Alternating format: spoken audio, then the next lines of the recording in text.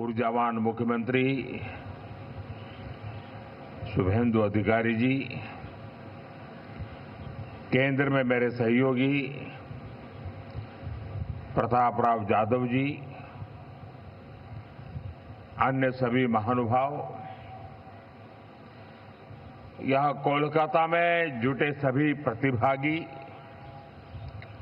देश विदेश में योग से जुड़ रहे सभी साथी और मेरे प्यारे देशवासियों, 21 जून का ये दिन पृथ्वी के कुछ भूभाग पर साल में सबसे लंबी अवधि का दिन होता है और अंतर्राष्ट्रीय योग दिवस के कारण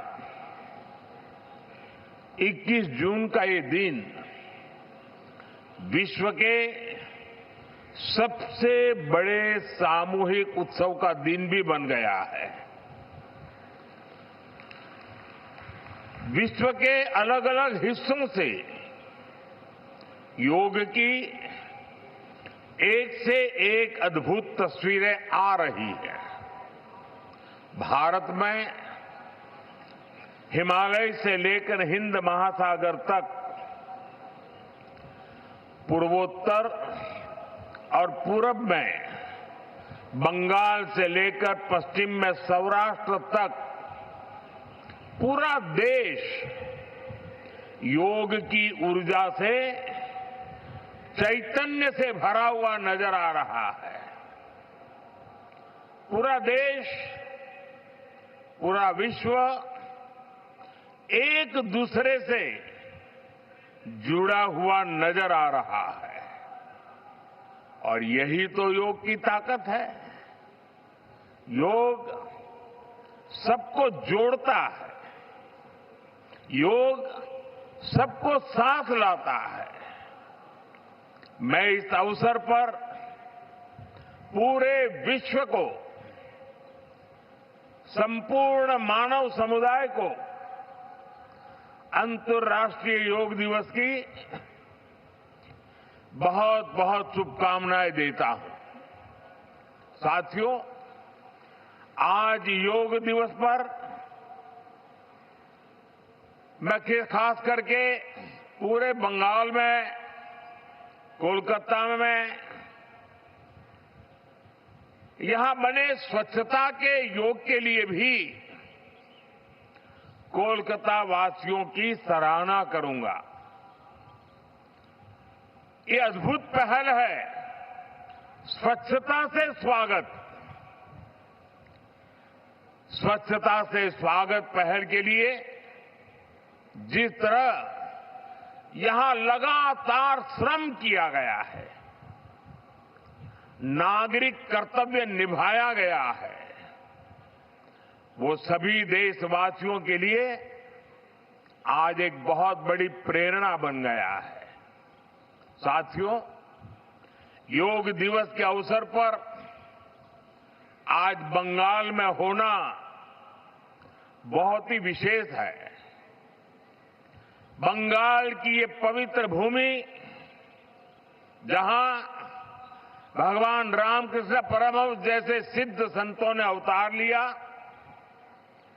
जहां से निकलकर स्वामी विवेकानंद ने पूरे विश्व को योग से परिचय कराया, जहां महर्षि अरविंद जैसे महान योगी ने जन्म लिया, लाहिड़ी महाशय जैसे महान योगियों ने जहां योग परंपरा को नई ऊंचाइयों तक पहुंचाया, आज उसी धरती पर सामूहिक योग का अनुभव एक अलग आध्यात्मिक अनुभूति दे रहा है। इसी बंगाल की धरती पर जन्मे गुरुदेव रविन्द्रनाथ ठाकुर का मानना था कि मनुष्य की पहचान अलग अलग रहने में नहीं, बल्कि अपने आसपास की दुनिया से जुड़ने में है। यही जुड़ाव योग का मूल भाव है। महर्षि अरविंद भी कहते थे, हमारा पूरा जीवन योग है, चाहे हमें इसका बोध हो या न हो। योग जब स्वभाव में आता है तो वो मानवीय एकता का आधार बन जाता है। साथियों, योग केवल शारीरिक श्रम का साधन नहीं है। योग किसी एक आयु वर्ग के लिए सीमित भी नहीं है। भारत में हम जानते हैं और देखते आए हैं, योग मानव के जीवन का चेतना के साथ, ऊर्जा के साथ एक प्रकाश भी है। इसलिए इस वर्ष अंतर्राष्ट्रीय योग दिवस की थीम रखी गई है, योगा फॉर हेल्दी एजिंग। उम्र बढ़ने पर भी हम स्वस्थ रह सकते हैं, हम ऊर्जावान और सक्रिय रह सकते हैं। योग हमें इसके लिए मार्ग दिखाता है। Friends, when we speak of yoga for healthy aging, it means that we can work to ensure that age does not reduce human potential. Yoga can help human life to aspire for constant growth. Our target must be to be more flexible at 40 than we were at 20. Our target must be to be more energetic at 50 than we were at 30. Our target must be to be more resistant to lifestyle disease at 70 than we were at 50. This is where yoga can help us. It helps us tune our bodies to be flexible. It keeps our energy level high. It also helps us maintain a calm, stress-free life and help to keep lifestyle disease away. Moreover, with regular practice, yoga teaches us to remain lifelong learners of our own bodies and minds. The more we know about ourselves, the better we can manage ourselves. That is why yoga for healthy aging, this theme must be seen as one for people of all ages, not just for the elderly. साथियों, गीता में भगवान कृष्ण ने योग के विषय में कहा है, युक्त आहार विहारस्य युक्त चेष्टस्य कर्मसु युक्त स्वप्न अवबोधस्य योगो भवति दुःखः। अर्थात संतुलित आहार विहार से, संतुलित क्रिया और कर्मों से, संतुलित नींद और जागने से योग दुखों का नाश करने वाला हो जाता है। ये संतुलन ही योग का आधार है। यही संतुलन हमारे जीवन का आधार भी है। लेकिन ज्यादातर लोग आज इस आधुनिक समय में जीवन के असंतुलन से ही जूझ रहे हैं।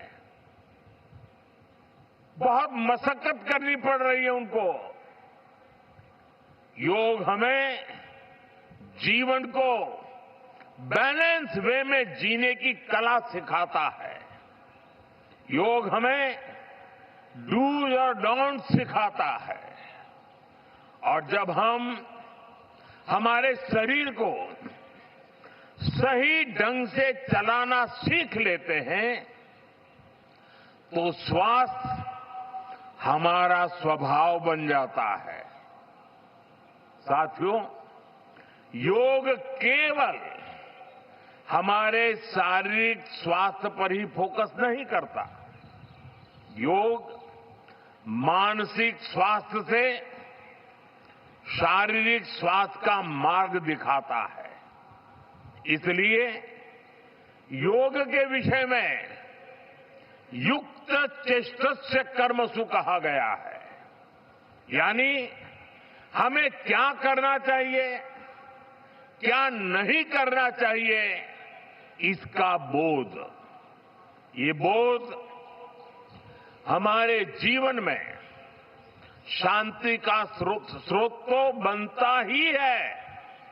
इससे विश्व शांति का मार्ग भी खुलता है। इसलिए योग आज केवल हमारी पर्सनल लाइफस्टाइल के लिए जरूरी है इतना ही नहीं है। योग दुनिया के बेहतर भविष्य के लिए एक आवश्यकता भी है। साथियों, अंतर्राष्ट्रीय योग दिवस के अवसर पर करोड़ों लोग योग से जुड़ते हैं। लेकिन आज का ये दिन हमें अपने साझा संकल्प को फिर दोहराने का अवसर देता है। आइए हम संकल्प लें, योग को केवल एक दिवस तक सीमित नहीं रखेंगे। योग को केवल एक कार्यक्रम तक सीमित नहीं रखेंगे। हम योग को अपने जीवन का हिस्सा बनाएंगे, अपने परिवार का हिस्सा बनाएंगे, अपनी आने वाली पीढ़ियों का हिस्सा बनाएंगे। साथियों, इसी दिशा में इस वर्ष योग 365 योग 365 की पहल को भी आगे बढ़ाया गया है। इसके तहत 100 दिन के ऑनलाइन योग कार्यक्रम का आयोजन किया गया है, जिसमें अभूतपूर्व जनभागीदारी देखी गई है। 130 देशों के 30 लाख से अधिक लोगों ने इसमें भाग लिया है। साथियों, जब समाज स्वस्थ होगा तब राष्ट्र भी अधिक सक्षम, अधिक समृद्ध और आत्मविश्वासी बनेगा। मैं इसके लिए मैं सबके लिए कामना करता हूं सर्वे भवन्तु सुखिनः, सर्वे सन्तु निरामया। इसी के साथ आप सभी को एक बार फिर अंतर्राष्ट्रीय योग दिवस की बहुत बहुत शुभकामनाएं, बहुत बहुत धन्यवाद।